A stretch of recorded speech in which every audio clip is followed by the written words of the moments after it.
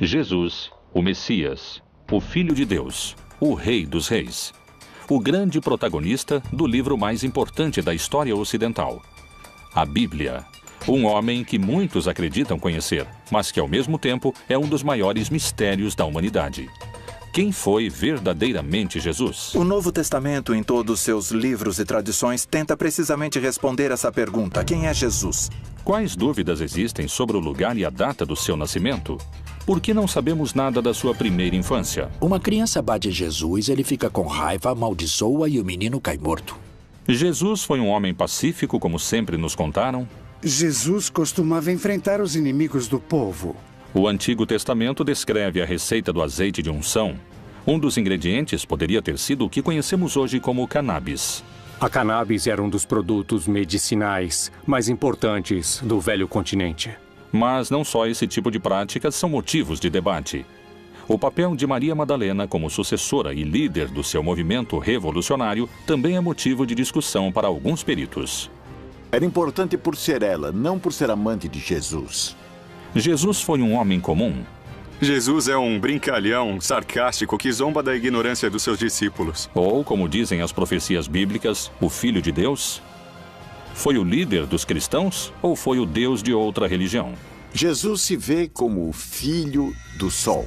Milhares de perguntas surgem em torno do profeta principal da religião que tem mais fiéis ao redor do mundo. Hoje, algumas respostas começam a surgir. O líder de uma revolução armada? Um amante fremente? O filho do sol? Quem foi realmente Jesus? Belém, Palestina. Segundo a tradição cristã, foi aqui onde se iniciou a era que mudaria para sempre a história da humanidade. Os evangelistas não concordam com o lugar de nascimento de Jesus. Mateus e Lucas afirmam que Jesus nasceu em Belém, enquanto que Marcos e João afirmam que nasceu em Nazaré. A Virgem Maria é uma mulher da Galileia. A região de Israel está dividida em 3 regiões: o sul, Judeia, o centro, Samária e o norte, Galileia. Aqueles são galileus. Nazaré é uma aldeia da Galileia. Então, um bom judeu tem que ser da Judeia e não da Galileia. Esses últimos seriam da periferia. Como descendente de Davi, o Messias devia nascer na zona davínica, por assim dizer, em Judá, em Belém. Como chega a Nazaré vindo de Belém, é também parte dos relatos que devem ser construídos. Lucas, que é quem faz o trabalho historiográfico mais importante, usa como dado de referência histórica um censo de Augusto César, e é na época de Herodes o Grande, em Jerusalém. Então, por motivo do censo, José vai a seu lugar de nascimento para o censo. Alguns dos historiadores não encontram o censo de Augusto naquela época. Eles encontram um censo de Herodes Antipas de 10 anos depois. É um censo local, não é um censo imperial. E os censos locais não se faziam no lugar de nascimento, e sim no lugar onde a pessoa vivia. Por isso, alguns dizem que o censo não coincide historicamente. Isso tem a ver com que, na verdade, Jesus não pôde ter nascido em Belém por questões de cronologia histórica, e sim ter nascido em Nazaré. Os 4 evangelhos que formam a Bíblia falam sobre a opressão do domínio do Império Romano sobre a qual o povo de Jesus vivia. Porém, não concordam com o lugar concreto do nascimento de Jesus. Essas divisões começam nas Escrituras. Jesus nasceu na aldeia de Belém, Bethlehem, em hebraico, derivado de Bet, casa, e Lehem, pão. É um lugar pequeno, uma aldeia, onde tinha nascido o rei Davi. A história no Evangelho de Mateus e no Evangelho de Lucas diz que quando Maria engravidou, ela morava em Nazaré. Nazaré é uma outra região, está na região da Galileia.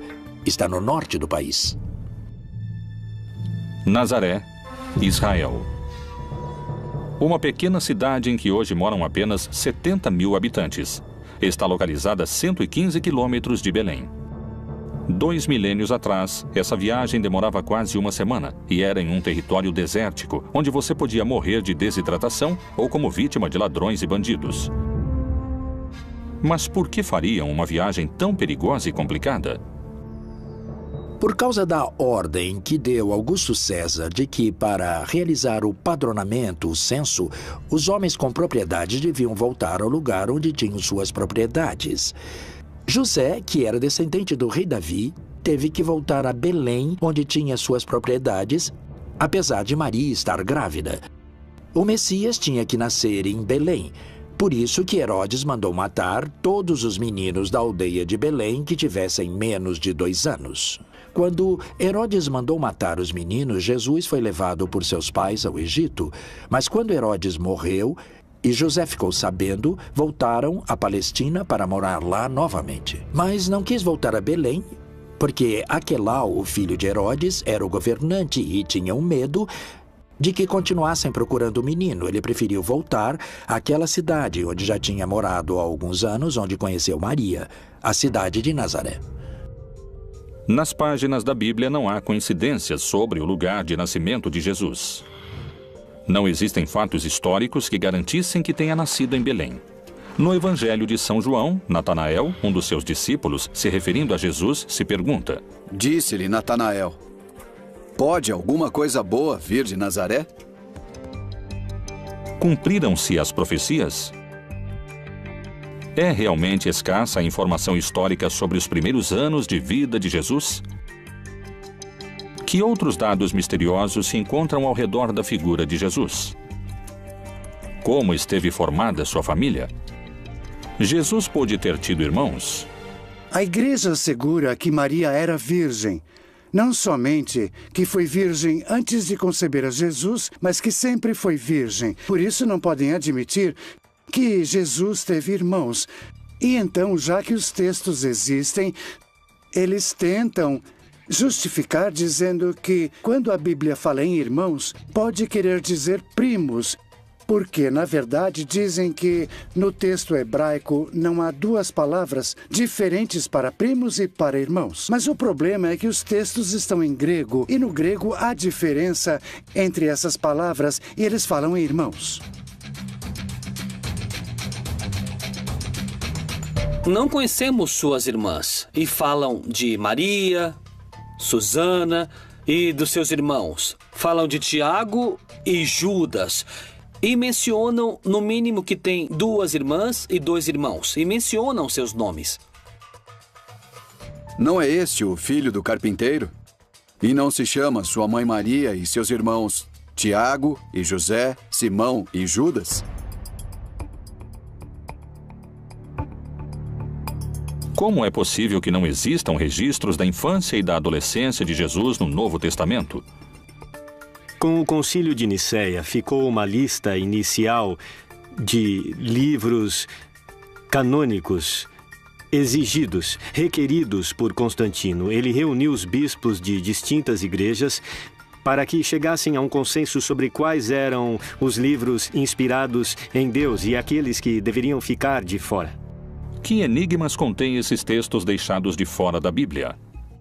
Os evangelhos canônicos são também o resultado de diferentes teologias e interpretações de Jesus. Todos, em última instância, são diferentes tentativas de entender essa fé em Jesus, a qual, desde o começo, parece ter gerado polêmica entre os seus seguidores. Por isso, os evangelhos, tanto os canônicos quanto os apócrifos, refletem diferentes interpretações dessa mensagem original e histórica de Jesus. Os relatos dos evangelhos gnósticos tentam preencher as lacunas das coisas que não se falam nos evangelhos do primeiro século. E já que os evangelhos do primeiro século falam apenas de um rascunho da vida de Jesus entre seus 12 e 30 anos, eles vão se centrar em alguns relatórios da infância de Jesus, mas sempre apresentando um menino cheio de sabedoria de gnoses, ou seja, sabedoria infusa. Existe outro texto que não é dos evangelhos gnósticos. Este é um antigo texto lendário que fala sobre a infância de Jesus e sugere que ele, Jesus, não sabia como usar seus poderes, o que é quase cômico. É como uma criança arteira que não sabe o que fazer com isso. Jesus é um homem de paz, mas não deve se confundir com o sentimento pacifista que entendemos nos nossos dias, porque vemos muitas vezes a Jesus com um temperamento forte, inclusive fazendo coisas que nos pareceriam violentas. Um menino que corria, esbarra e bate Jesus por detrás. Jesus fica com raiva, amaldiçoa e o menino cai morto. Então, até Maria não suplicar a Jesus que ressuscite o menino, o assunto não se resolve. A imagem de Jesus maltratando seus semelhantes seria inadmissível para o cristianismo. Poderiam ter escondido essa versão? É possível que essa tenha sido uma característica do verdadeiro Jesus? O jeito de Cristo de ser pacífico é o ensinamento de levar as decisões da pessoa ao nível mais profundo da consciência, a agir desde o interior, desde dentro. O ensinamento de Jesus sobre oferecer uma face quando te baterem na outra se transforma no ensinamento mais geral sobre não exercer violência contra aquele que te persegue. Não significa deixar o violento continuar na violência. Significa permitir que a vítima, ela mesma, se torne violenta a partir da violência padecida. E se o verdadeiro Jesus não oferecia outra face, como asseguram? O Império Romano tinha submetido a Palestina com muita restrição. Como todo império que põe restrições às suas colônias, por exemplo. O campo estava devastado. Esse era o contexto. Um país dominado por Roma. E muitos esperavam um Messias guerreiro que fosse libertá-los do Império Romano.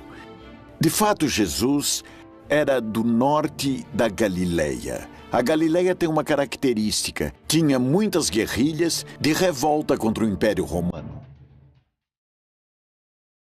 Foi Jesus o Filho de Deus ou um revolucionário armado insubordinado contra o poder do Império Romano?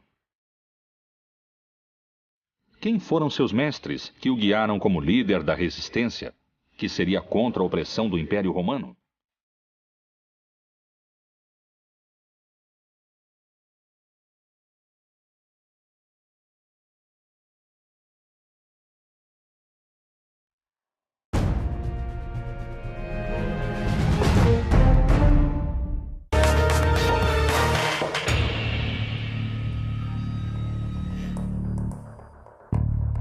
São poucos os dados que se obtêm sobre a juventude de Jesus, e seu lugar de nascimento ainda é um tema de debate. O que ninguém duvida é que lá pelo ano 0 da nossa era, Roma tinha se tornado o império mais extenso antes visto na humanidade. Nos tempos de Jesus, os romanos dominavam o território palestino com opressão e sangue. Qual foi realmente a reação de Jesus diante da opressão romana? Quem foram seus mestres ou mentores? Antes que Jesus se tornasse um líder espiritual, outro homem mobilizava multidões. Era conhecido pelos seus batismos no Rio Jordão. Foi um dos profetas mais importantes da sua época, e para muitos podia chegar a ser o Messias. João Batista foi filho de um sacerdote judeu, e todo sacerdote judeu é filho da família de Arão e da tribo de Levi. Ele começa dizendo que o reino de Deus tinha se aproximado e que quando o reino de Deus se estabelecesse, segundo o Apocalipse, todos os malvados seriam vencidos. E disse que faria uma manifestação da sua decisão em uma ablução ou batismo na água. João Batista era um predicador carismático. Seu sermão começava a ser cada vez mais desconfortável para os líderes romanos. Ele era um revolucionário naquela época. João Batista foi um dos profetas que, naquele momento, lideravam o movimento contra a dominação romana e também contra a dominação sacerdotal. Nesse movimento é que Jesus de Nazaré inicia sua militância. Jesus de Nazaré se incorpora no movimento de Batista. Ele é batizado pelo Batista. O batismo era o sinal de entrada a esse movimento. Herodes Antipas vê que o movimento de Batista é perigoso, então faz com que o aprisionem e depois com que o assassinem. Nesse momento, quando o aprisionam, Jesus se separa do movimento, sai da Pérea e volta à sua terra, que é a Galileia, e ali começa a formar seu próprio movimento. A partir do batismo, todos os sinais e eventos apontam que esse carpinteiro de Nazaré é alguém extraordinário. É alguém que tem o apoio do Espírito Santo, que era basicamente a presença de Deus no mundo para estabelecer seu reino. Jesus se tornaria o líder de um movimento cada vez mais multitudinário. Que filosofia ou prática cumpriam os essênios naquela época? Os essênios foram um grupo que tinha pensamentos muito importantes durante aquela época. Os essênios eram uma escola de pensamento iniciático, esotérico. Muito provavelmente Jesus, naqueles períodos da sua vida, dos quais se conhece relativamente pouco, porque está pouco explicado nos evangelhos. Estou falando do período da sua adolescência, da sua infância. Há muitas alusões a que Jesus possivelmente foi educado entre esses essênios. Os essênios foram um grupo, uma seita judaica, que tem relação com a origem da pureza. A primeira notícia que temos sobre eles é a de Flávio Josefo, que diz que eles viviam no deserto de Judeia. Era um grupo que tinha se distanciado do sacerdócio oficial em Jerusalém, porque o consideravam cúmplice do Império Romano e corrupto na sua forma de viver a religião. Qual era o contexto social da época que pôde ter seduzido a Jesus e a João Batista a fazer parte dos essênios? Segundo a Bíblia, Jesus se movia com um grupo de discípulos pelas terras da Judéia. Esse movimento podia ser perigoso sob os olhos do Império Romano. Quando Jesus começa a fazer parte do movimento e começa a ser perseguido, devemos levar em conta que a perseguição que estabelecem tanto Herodes Antipas, desde a Galileia, como o Império Romano, também o faz desde o princípio. No Evangelho de Marcos, no capítulo 3, consta que os fariseus vão procurar os partidários de Herodes Antipas, para matar Jesus, para eliminá-lo. Por isso, Jesus nunca consegue entrar de fato nas cidades. A única vez que entra em uma cidade é em Jerusalém e lá o matam. Os seguidores do Império Romano não hesitaram em decapitar João Batista. Jesus colocava sua vida em perigo e o movimento devia ser muito organizado. E levantando-se dali, foi para os termos da Judéia, além do Jordão. E a multidão se reuniu em torno dele e tornou a ensiná-los, como tinha por costume. Ele expressa com muita clareza em um debate que acontece com seus próprios discípulos. Eles dizem para Jesus que quando se consolidar o reino de Deus, eles vão dividir o poder. E Jesus diz, vocês estão completamente errados porque não há nada para dividir. Porque vocês acreditam que o conceito de poder é a dominação, ou seja, que é a arquia. Daí que vem hierarquia, isto é, domínio sagrado. Vocês têm que pensar nele como diaconia ou como douleia, no grego, que significa serviço, como escravo que serve. E, portanto, ele diz, nesse projeto, os últimos, ou seja, os camponeses, os pobres, serão os primeiros.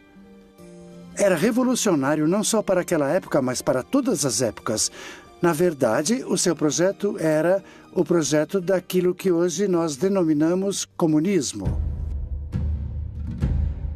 Quais poderiam ter sido os motivos pelos quais seu movimento teria aumentado a quantidade de seguidores exponencialmente? Evidentemente, os signos extraordinários que Jesus Cristo realizou puderam gerar um assombro e um crescimento no grupo daqueles que o seguiam. Os evangelhos, além de falarem sobre eventos pontuais de milagres, fazem sumários que também nos permitem entender quais seriam essas atividades. Teria realizado curas de enfermos, teria realizado exorcismos, ou seja, expulsão de demônios, teria realizado inclusive algumas ressurreições, ou seja, trazer à vida uma pessoa que estava morta.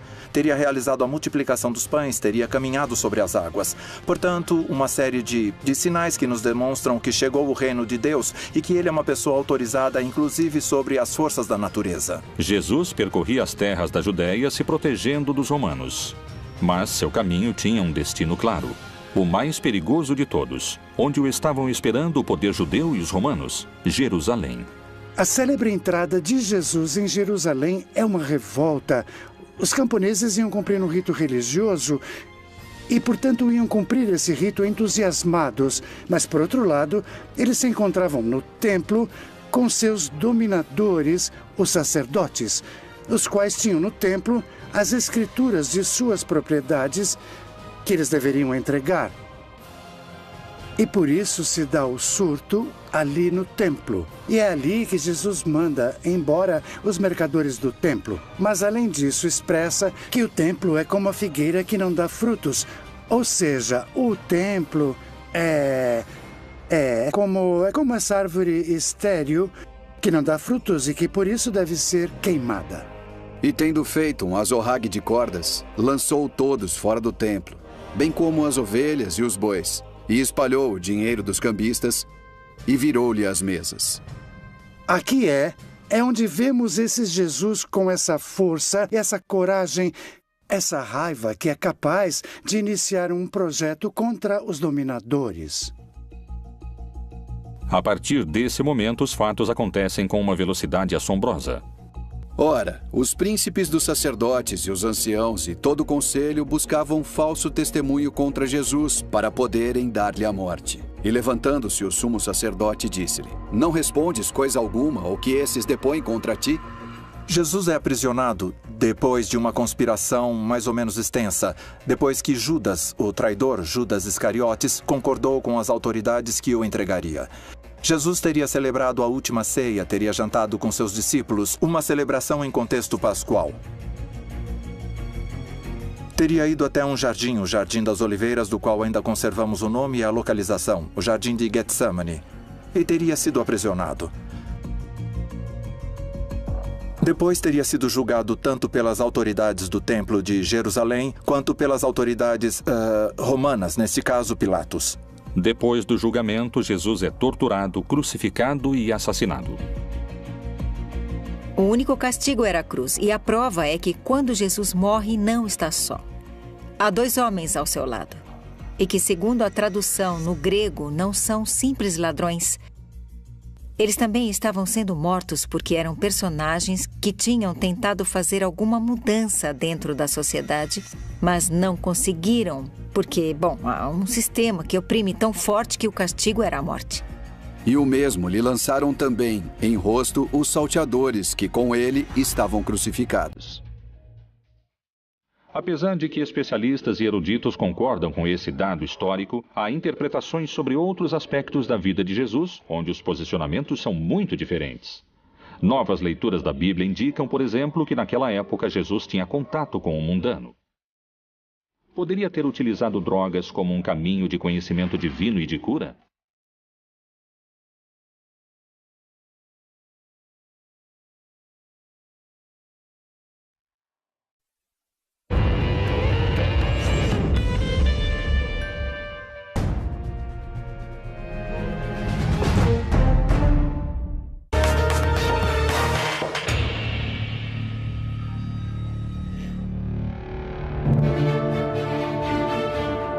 Segundo o que conta a tradição bíblica, durante seus anos, Jesus percorreu as terras da Judéia fazendo milagres. Para alguns teólogos e estudiosos bíblicos, Jesus tinha contato com o profano e terreno. E na vida comunitária, as drogas cumpriam um papel central. Poderia ter utilizado drogas como um caminho de conhecimento divino ou de cura? Possivelmente utilizou essas plantas. Jesus também utiliza plantas medicinais para suas curas. É bem possível. Em Mateus, pode-se ler que Jesus cura a sogra de Pedro. E chegada a tarde, trouxeram-lhe muitos endemoniados. E ele, com a sua palavra, expulsou dele os espíritos e curou todos os que estavam enfermos. Em todos os milagres de nosso Senhor Jesus, a cura aos cegos, ou à morte, ou aos mancos, inclusive se levantando da morte, como ele faz. Todos esses milagres apontam sua identidade como Filho de Deus. Os milagres não são o fim, não é assim. Eram o que as pessoas queriam esse poder entre eles. Mas eles ignoraram ou não quiseram ouvir que nosso Senhor Jesus estava falando com eles sobre quem ele era como Filho de Deus. E por isso, seu maior milagre se torna sua própria ressurreição entre os mortos.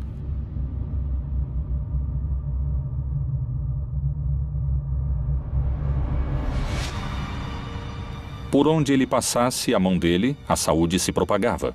Jesus, o Messias. Foi capaz de realizar milagres ou estamos na presença de alucinações coletivas? Acredito que todos os grupos religiosos e místicos que desenvolveram diferentes práticas espirituais ao longo da história incorreram em práticas que favorecem a formação de estados de consciência pouco comuns ou também pouco raros. Como, por exemplo, a dança frenética que acontecia às vezes dentro de casas, e sabe-se que elas ficavam cheias de fumaça e que no meio de uma dança ou de um baile muito intenso geravam estados de êxtase. E seguramente puderam ter sido utilizados entorpecentes naturais que eles alegavam que tinham alcance, claro, como são utilizados por pessoas hoje em dia. No Evangelho de Marcos, se faz referência ao caráter curativo do azeite de unção, com o qual os 12 apóstolos banhavam os doentes. E expulsavam muitos demônios, e ungiam muitos enfermos com óleo, e os curavam. Quais eram os elementos que transformavam esse azeite em um líquido altamente curativo? Temos os ingredientes definidos com bastante exatidão, estão descritos na Bíblia e inclusive temos as quantidades que devem ser agregadas ao azeite para poder realizar essa mistura, esse azeite de unção. Tem alguns componentes como a mirra, como a canela, como o canebossem, que provavelmente é um dos indícios de que temos o uso da cannabis desde os tempos bíblicos. No Antigo Testamento, no Êxodo 30, de 22 a 25, Jeová fala com Moisés e lhe indica a receita correta do azeite de unção.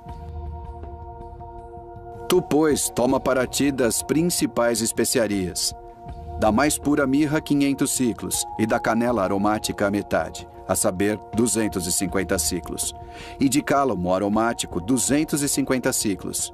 E de cássia, 500 ciclos, segundo o ciclo do santuário. E de azeite de oliveiras, 1 hin. Nada parece estranho nesse texto. 3,5 litros de azeite de oliva misturados com diferentes plantas aromáticas. Mas descobriram algo inquietante.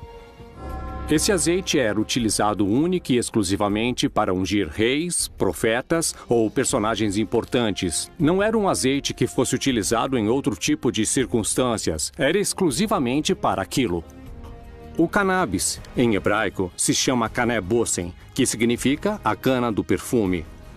E se nós pudermos dar um pouco de asas à nossa imaginação, apesar de não ser aceito por todos os acadêmicos que se dedicam à linguística, aparentemente canebossem pode virar canebós e depois pode virar cannabis. E finalmente seria cannabis sativa, que é o nome do Ineus, que é o nome da planta hoje.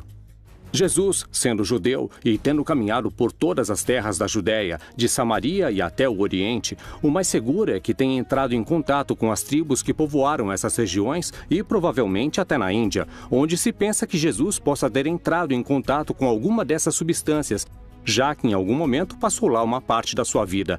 A cannabis era um dos produtos medicinais adivinhatórios místicos mais importantes do velho continente.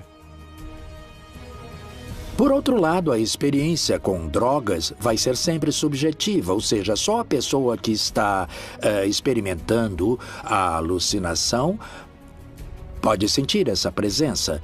Mas não há um milagre do lado de fora, aquele que está do lado de fora não sabe o que acontece.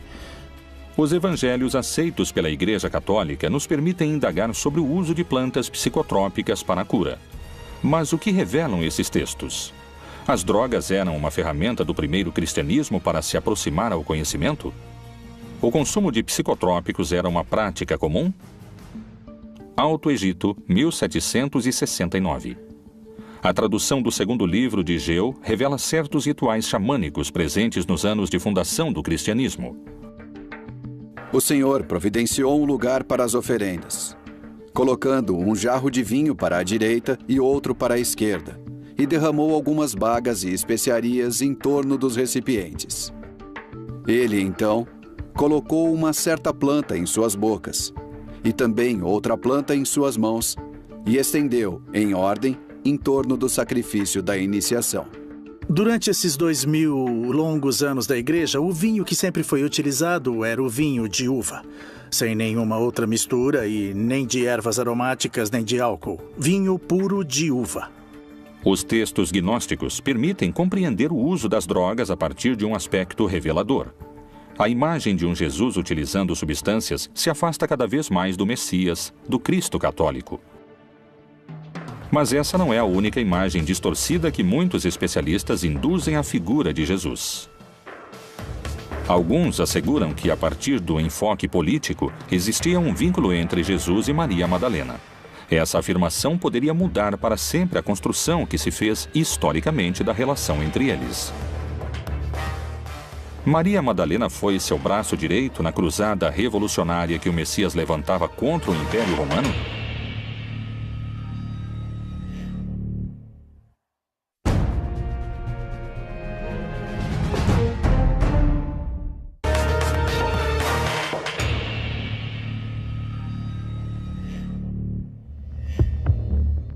O uso das plantas com poder curativo continua sendo um dos mistérios que cercam a vida de Jesus. Mas não só esse tipo de práticas são motivo de debate. O papel de Maria Madalena como sucessora e líder do seu movimento revolucionário também está em discussão, segundo especialistas. Maria Madalena é, para mim, tirando a Maria, mãe de Jesus, a mulher mais relevante nos evangelhos. É tão importante que eu acompanho como apóstolo durante todo o percurso. Sim, ela foi uma discípula realmente muito querida, ao ponto de ser a primeira que consegue perceber que Jesus havia ressuscitado. A primeira a quem que Jesus ressuscitado a vida fala, e é a ela que é dada a missão de dizer a todos os apóstolos, incluindo Pedro, que Jesus voltou à vida. Então ela tem essa missão. Isso lhe dá um papel importantíssimo nos evangelhos. Digo novamente, depois de Maria, a mãe de Jesus, é a mulher que eu arrisco a chamar praticamente de apóstolo. É a mulher mais importante dos evangelhos. A Bíblia e o Novo Testamento apresentam muitas Marias, mas essa é específica. Maria Madalena, isso é claro. E essa mulher, que era uma mulher descentrada, destruída, vai se tornar pouco a pouco a discípula preferida. Obviamente, para um mundo patriarcal, machista, isso não é possível. Que aquela que vá na frente junto com o mestre seja uma mulher. Aquela que era uma pessoa da qual expulsaram 7 demônios, destruída, tornou-se a mestre. Aquela que melhor entendeu o que significava essa nova versão religiosa. É a discípula mais avançada de Jesus. No simbolismo místico, está escrito que quando alguém começa a vida mística, beija Jesus nos pés. Quando está mais avançado, beija Jesus nas mãos. Quando se transforma em Jesus, beija Jesus na boca. E os textos gnósticos dizem que ela é a única que beijava Jesus na boca. Tem diversos textos que provam incisivamente que tanto as mulheres como os homens faziam parte do projeto de Jesus. Esses textos nos ajudam a entender a radicalidade da revolução que significa o projeto de Jesus, porque a liberação da mulher é uma coisa absolutamente impensada naquela época. E pensemos que, nesse momento, ainda estamos lutando por isso. E que Jesus já tinha se adiantado completamente a tudo isso. E em seu movimento, tanto homens quanto mulheres participavam em condições semelhantes. Os livros gnósticos ajudam a formar uma opinião diferente daquela que pode se encontrar entre as páginas do livro sagrado. Akhmin, Egito, também conhecida como Panópolis. Durante o século IV e o século V, foi uma das capitais do cristianismo copto. Em janeiro de 1896, um grupo de arqueólogos trabalhava num antigo cemitério cristão. Surpreendentemente, descobriram um códice antigo, que continha uma série de papiros escritos em copto. O códice foi doado ao Museu de Berlim.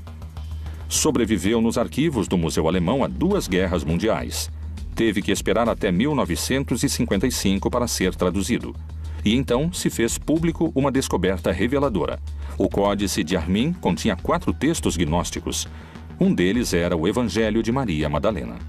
Faz pouco tempo encontrou-se o Evangelho de Maria Madalena, onde ela aparece muito como um líder entre os apóstolos. É ela que se reúne com os outros quando estão com medo de sair para pregar o Evangelho, porque temem morrer como Jesus morreu. E ela fica em pé e diz que tem coragem, porque o Senhor nos transformou, e então ela lhes prega a palavra de Jesus. O Evangelho de Maria Madalena se refere que a mulher vai ter uma importância muito grande pelo motivo de que é necessário retomar as ideias de que Deus também é feminino ou que também há deusas. Isso é, aqui há uma influência gnóstica no que se refere à ideia de uma deidade feminina, planteada em muitas religiões.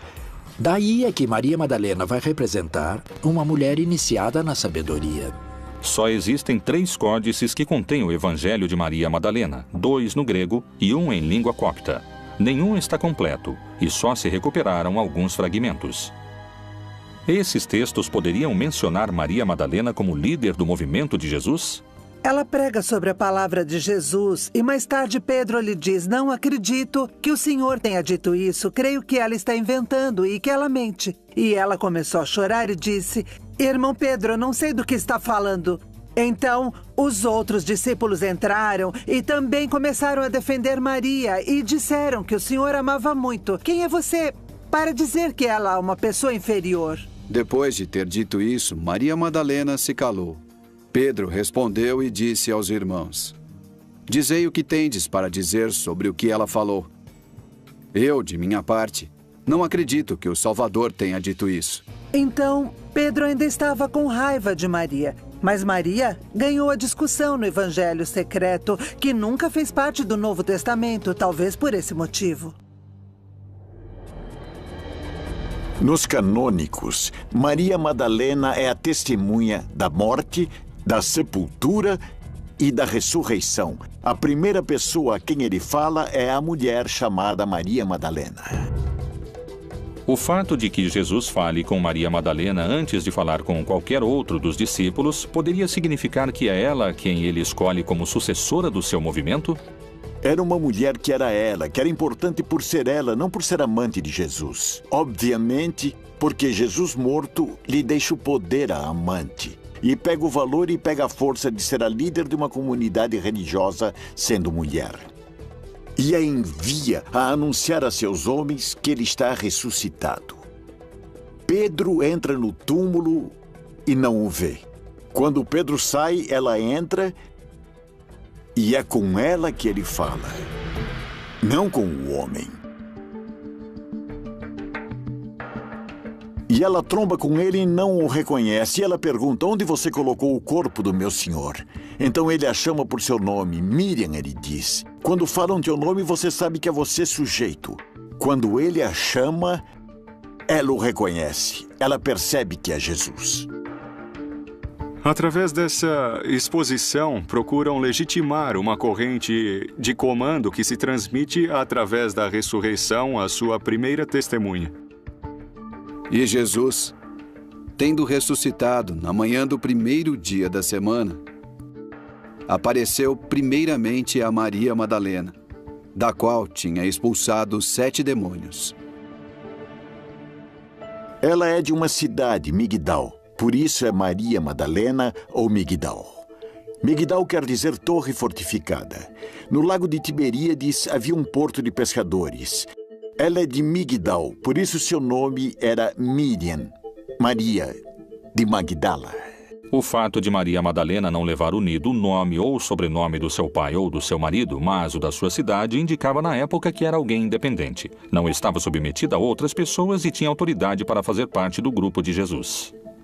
Uma mulher tão renomada como Madalena é sempre citada como a mulher de Magdala, ou seja, a Madalena. Esse é um título de homem, não é um título de mulher, porque as mulheres sempre eram citadas como mulher, esposa de ou filha de, mas não como mulher, cujo sobrenome é o lugar onde ela mora. Isso era comum nos homens. Em contrapartida, Madalena já carrega um valor em si.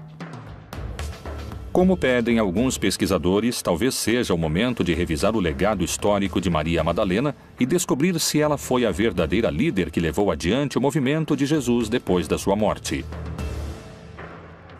Outro mistério percorre o projeto do Reino de Deus. A Igreja Católica teria escondido um segredo que poderia questionar 2000 anos de cristandade? Qual é a assombrosa relação que existe entre o Filho de Deus e o Filho do Sol? Será que talvez eram a mesma pessoa?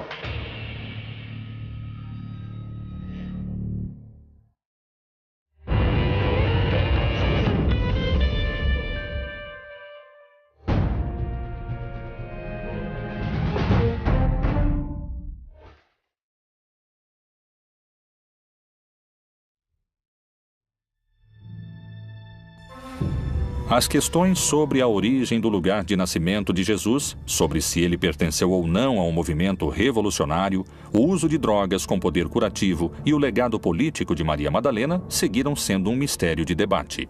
São muitos os dados perdidos na história de Jesus. Ir atrás das pistas ocultas na Bíblia é uma forma de descobrir seu verdadeiro rosto. Jesus pode ser a representação de outras crenças? Quando nasceu? Poderia não ter sido filho de Jeová, e sim filho do Sol? O ano do nascimento de Jesus está sujeito a controvérsias, ainda mais o dia da sua chegada ao mundo. As celebrações natalinas poderiam se sustentar sobre um dado errado? Qual é o vínculo que existe entre a data de nascimento de Jesus e a divindade Sol Invictus? Jesus se vê como filho do Sol. Porque a festa do 25 de dezembro é a festa do sol. No solstício de inverno nasce um sol novo e forte. E no dia 25 de dezembro se celebrava a festa do novo sol. Por isso, nessa festa pagã se monta a festa cristã da Natividade do Senhor. Historicamente, não temos o dia em que nasceu Jesus, nem o mês, simbolicamente, pelo sol. Como foi feito em muitas latitudes em diversas épocas, alguns grupos cristãos tentaram criar datas, construir templos sobre datas ou sobre lugares das crenças antigas. Então, na verdade, em 25 de dezembro, nós temos o solstício de inverno, em que todos os povos antigos pensavam que o sol morria e voltava a nascer. A religiosidade primitiva venerou o sol como o deus principal. Sua figura pode se encontrar representada nos principais credos. Kinish Ahau é a cosmogonia maia, Inti na religiosidade inca, Hélio no Olimpo grego, Ra na cultura egípcia. E é por isso que tinham cultos tão importantes para ajudar o sol a voltar a recuperar sua força para não ser devorado pelas trevas. E nesse contexto, pouco a pouco, tanto em lugares como Roma, como no norte da Europa, foi se assimilando o nascimento de Cristo às festas solares. E muitos elementos natalinos, como as esferas, a adoração ao pinheiro, eram, na verdade, pertencentes às religiões que adoravam o sol. Jesus parece ser a representação das divindades pagãs. Percorre o mesmo caminho do Deus Sol. Realmente existiu ou é uma criação arquetípica? A Bíblia apresenta uma versão de Jesus. Mas, indagando nos seus segredos, podem-se encontrar muitas perguntas sem respostas contundentes. Foi o maior dos profetas? Foi um revolucionário? Quem é esse impactante homem que 2000 anos depois da sua morte continua mobilizando multidões? Jesus, outro dos grandes mistérios da Bíblia Proibida.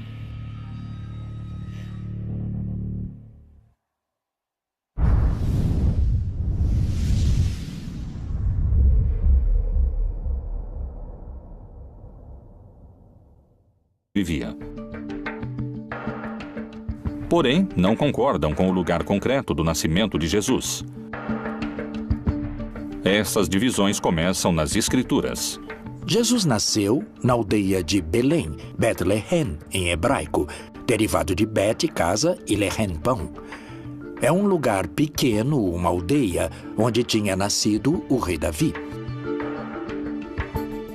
A história, no Evangelho de Mateus e no Evangelho de Lucas, diz que quando Maria engravidou, ela morava em Nazaré. Nazaré é uma outra região. Está na região da Galileia. Está no norte do país. Nazaré, Israel. Uma pequena cidade em que hoje moram apenas 70 mil habitantes. Está localizada a 115 quilômetros de Belém. 2 milênios atrás, essa viagem demorava quase uma semana e era em um território desértico, onde você podia morrer de desidratação ou como vítima de ladrões e bandidos. Mas por que fariam uma viagem tão perigosa e complicada? Por causa da ordem que deu Augusto César de que, para realizar o padronamento, o censo, os homens com propriedades deviam voltar ao lugar onde tinham suas propriedades. José, que era descendente do rei Davi, teve que voltar a Belém, onde tinha suas propriedades, apesar de Maria estar grávida. Deus tem que ser da Judéia e não da Galileia. Esses últimos seriam da periferia. Como descendente de Davi, o Messias devia nascer na zona davínica, por assim dizer, em Judá, em Belém. Como chega a Nazaré vindo de Belém, é também parte dos relatos que devem ser construídos. Lucas, que é quem faz o trabalho historiográfico mais importante, usa como dado de referência histórica um censo de Augusto César, e é na época de Herodes o Grande, em Jerusalém. Então, por motivo do censo, José vai a seu lugar de nascimento para o censo. Alguns dos historiadores não encontram o censo de Augusto naquela época. Eles encontram o censo de Herodes Antipas de 10 anos depois. É um censo local, não é um censo imperial. E os censos locais não se faziam no lugar de nascimento e sim no lugar onde a pessoa vivia. Por isso, alguns dizem que o censo não coincide historicamente. Isso tem a ver com que, na verdade, Jesus não pôde ter nascido em Belém por questões de cronologia histórica, e sim ter nascido em Nazaré. Os 4 evangelhos que formam a Bíblia falam sobre a opressão do domínio do Império Romano, sobre a qual o povo de Jesus é motivo de discussão para alguns peritos. Era importante por ser ela, não por ser amante de Jesus. Jesus foi um homem comum. Jesus é um brincalhão sarcástico que zomba da ignorância dos seus discípulos. Ou, como dizem as profecias bíblicas, o Filho de Deus? Foi o líder dos cristãos ou foi o Deus de outra religião? Jesus se vê como o Filho do Sol. Milhares de perguntas surgem em torno do profeta principal da religião que tem mais fiéis ao redor do mundo. Hoje, algumas respostas começam a surgir. O líder de uma revolução armada? Um amante fremente? O Filho do Sol? Quem foi realmente Jesus? Belém, Palestina. Segundo a tradição cristã, foi aqui onde se iniciou a era que mudaria para sempre a história da humanidade. Os evangelistas não concordam com o lugar de nascimento de Jesus. Mateus e Lucas afirmam que Jesus nasceu em Belém, enquanto que Marcos e João afirmam que nasceu em Nazaré. A Virgem Maria é uma mulher da Galileia. A região de Israel está dividida em 3 regiões: o sul, Judéia, o centro, Samaria e o norte, Galileia. Aqueles são galileus. Nazaré é uma aldeia da Galileia. Então, um bom judeu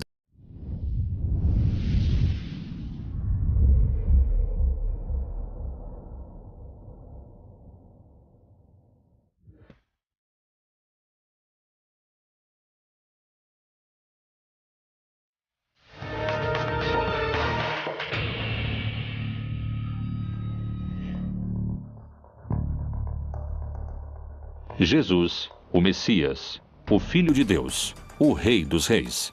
O grande protagonista do livro mais importante da história ocidental. A Bíblia. Um homem que muitos acreditam conhecer, mas que ao mesmo tempo é um dos maiores mistérios da humanidade.